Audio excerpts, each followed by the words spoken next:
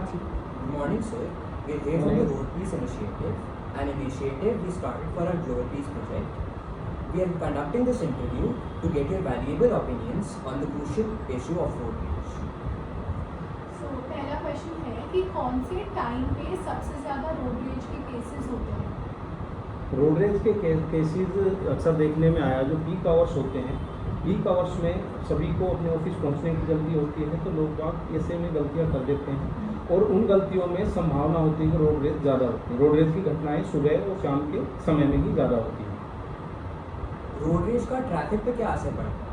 Road rage basic चीज़ अगर मैं कह दूं, कोई दो गाड़ियां हैं आपस में टकरा गई हैं तो और झगड़ा हो गया उस पर, तो वहाँ जाम लग जाएगा। जाम लगने की स्थिति में हम उस सारे रोड को ब्लॉक कर देते हैं और ब्लॉक होने के बाद में कोई भी आदमी आगे नहीं जा सकता। उसमें कोई एम्बुलेंस फंसी हो सकती है या उसमें किसी प्रकार का कोई ऐसा व्यक्ति हो सकता है जिसको अपने गंतव्य स्थान पर समय पर पहुंचना है और समय पर नहीं पहुंच पाता है, तो वो एक बहुत बड़ा इफेक्ट है और बहुत बड़ी हानि हो सकती है। और रोड रेज के बाद में जो लगा जाम या लोगों के झगड़े से मतलब जो आहत होती चीज़ें वो बहुत ज़्यादा मतलब जो है गलत हो जाती है। उनको रोकने के लिए यही है कि हम अपना संयम बरतें हर चीज़ के लिए और रोड रेज की घटनाओं को रोकें। और पब्लिक अवेयरनेस और एजुकेशन रोड रेज के लिए कैसे उसे प्रिवेंट कर सकता है और क्या कौन से प्रोग्राम्स आपको लगता है अच्छे होंगे जिससे रोड रेज कम हो और हमारे रोड ज़्यादा सेफ हो? फर्स्ट ऑफ ऑल तो मैं आपको बताना चाहूँगा कि रोड रेज की घटनाओं और बच्चों को या मतलब किसी भी पब्लिक को अवेयर करने के लिए सरकार के द्वारा हमारे विभाग के द्वारा अवेयरनेस प्रोग्राम चलाए जा रहे हैं, जिसमें ट्रैफिक का भी एक विषय है और साइबर का विषय है और अलग अलग विषयों पर पुलिस की पाठशाला के नाम से पाठशाला चलाकर हम स्कूलों में जाकर सभी को जागरूक कर रहे हैं।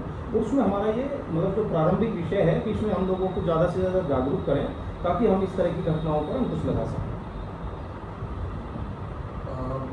आपको क्या लगता है कि लोगों पर रोड रेज का क्या असर पड़ सकता है? लोगों पर रोड रेज का असर अगर हम उसको मानवीय भावना के आधार पर कहें तो उनको एक क्रिमिनल केस से भुगतना पड़ सकता है, क्योंकि एक तो उन्होंने उसको मतलब जो लापरवाही की और लापरवाही करके गाड़ी को हिट किया, फिर उसके बाद से झगड़ा किया, तो ये क्राइम है।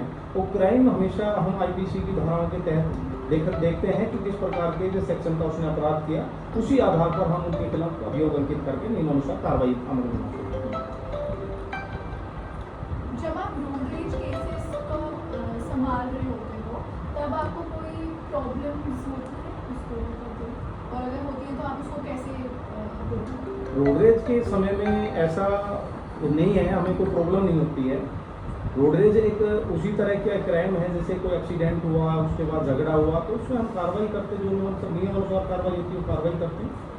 ये जरूर है अगर जाम लगता है अतिरिक्त पुलिस बल लगाना पड़ता है, ट्रैफिक के लिए सुचारू करने के लिए थोड़ी दिक्कतें आती हैं, पर उस पर हम काबू कर लेते हैं। ऐसा कोई विषय नहीं है कि नहीं काबू होता है। आप कोई लॉज और रेगुलेशंस के बारे में बता सकते हैं जो रोड रेज के लिए लागू किए गए? रोड रेज के लिए स्पेशल यही है कि अगर मान लो आप कोई, मैंने पहले भी आपको बताया है, अगर हम ट्रैफिक चलाते हुए को गलतियां करते हैं तो हम उनको मोटर व्हीकल एक्ट के तहत भी और वैसे भी आईपीसी के तहत भी जो धाराएं होती हैं उनके अधीन हम जो अगर कार्रवाई करते हैं और जो कोई अपराध करता है इस प्रकार का कोई, उसके खिलाफ जो नियमानुसार कार्रवाई वो अमल में लाई जाती है। तो ऐसा स्पेसिफिक नहीं कहा जा सकता कोई एक ही तरह का कोई पैरामीटर रहा हो, अलग अलग चीज़ के लिए अलग अलग कार्रवाई है और उस अलग कार्रवाई के तहत उसकी कार्रवाई अमल में लाई जाती है। आखिरी प्रश्न ये है कि आपको क्या लगता है कि रोड रेज को हम रिजॉल्व कैसे कर सकते हैं और प्रिवेंट कैसे कर सकते हैं? और रोड रेज में स्पेसिफिक तो आप नियमों का पालन करके ही उसको कंट्रोल कर सकते हैं, क्योंकि मोटर व्हीकल एक्ट के अधीन जो भी बनाया गया है उसको ध्यान में रखते हुए बनाया गया है और जैसे हम रोड पे चलते हैं तो हमें नियमों का पालन करना चाहिए। अगर हम नियम का पालन करेंगे तो मे भी किसी प्रकार की कोई दुर्घटना भी नहीं होगी और रोड रेज भी नहीं होगी। Thank you, sir, for taking out time and from your busy schedule and giving us opinions on the topic of road rage. Thank you. Thank you.